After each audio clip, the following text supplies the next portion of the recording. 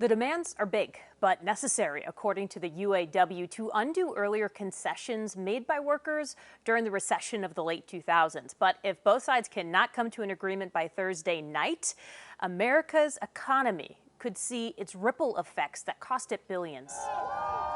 A taste of what's to come as the United Auto Workers, the union representing nearly 150,000 workers at Ford, General Motors, and Stellantis, move closer to a strike. We're not asking to be millionaires. We're just asking for our fair share so we can survive. The threat of a strike comes after GM and Ford reported record profits last year, with workers demanding what they say is their fair share. Their demands include a pay increase of about 40%, a 4-day work week, health care for retirees, cost of living raises, and getting rid of a two-tiered wage structure, which keeps pay lower for newer workers.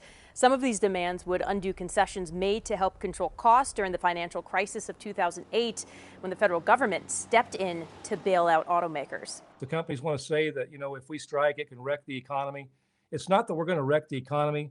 We're going to wreck their economy, the economy that only works for the billionaire class. It doesn't work for the working class. Nobody wants to strike because it's inconvenient for the workers, the communities that they work in, and it has repercussions, and it's not good for the consumers because ultimately somebody's going to have to pay for this strike. Economists say a strike would absolutely impact the U.S. economy, especially the economy in the Midwest, where auto plants are concentrated.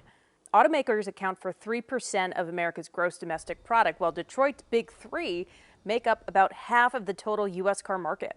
According to Anderson Economic Group, a 10-day strike would cost the national economy an estimated $5 billion, not to mention the impact it would have on the Big Three. In 2019, a 40-day strike cost GM alone $3.6 billion. They are vulnerable. Both sides have to realize that. How will this affect consumers? At the end of August, the Big Three together held about 70 days of inventory. Analysts with Auto Forecast Solutions say that a strike of 3 weeks would clear out inventory, results in higher prices, and encourage buyers to purchase foreign brands.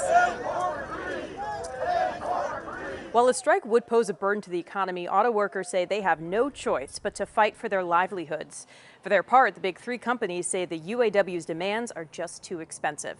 If the pay rate and, everything stays the same, there's no path. I'm just going to fall further and further back. Vanessa Mashania, Scripps News.